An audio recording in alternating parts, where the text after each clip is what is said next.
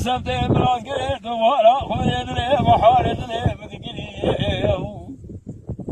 براسني مقرون سمني وامي يا سمدا فردندر سليمان احمد كذب وزرت ولا خذني تاني سلي هلال من ابوي ولا خذني طريق سجني دون ابوي عشرة توبون الكلك هذا الشيء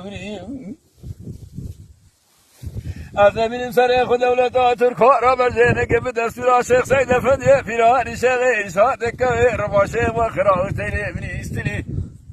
دستور انا موالا خذ دائم تبي كلام يقول خذ عبد الله شمسني موالي مجلسار من مالخان الراستا تجيه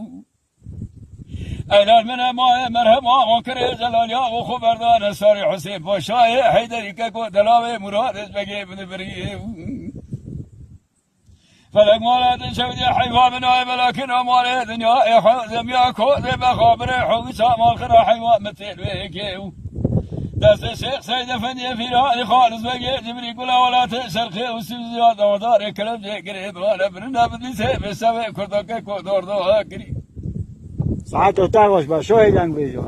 شيخ سيد افندي في رأي الشيخ ساده دي قادر اسامك كي سيد علي بتوي الشيخ شابني سيد علي ببالا خذ داي بردارا عظام الويرانات مغرا يودي بكر من الماء حيفاء من آية ولا خذ كشتني وخاشمير حيوان من آتين حيوان دزيد سمير مداري كلام شاكرت وتبي شيخ ومرسل بري بدانه والقوم من آتان خرم ولا خذ دواي حشيك وكسيك وما يسري وانا خذ تركك وكسي كرينا من براو كسي كري واخ بلمي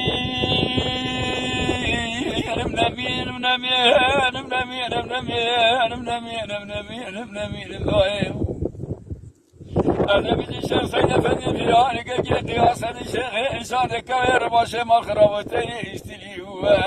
حلبانا خذ جود قال سيد يار بكرك كون نقدين براو نقدين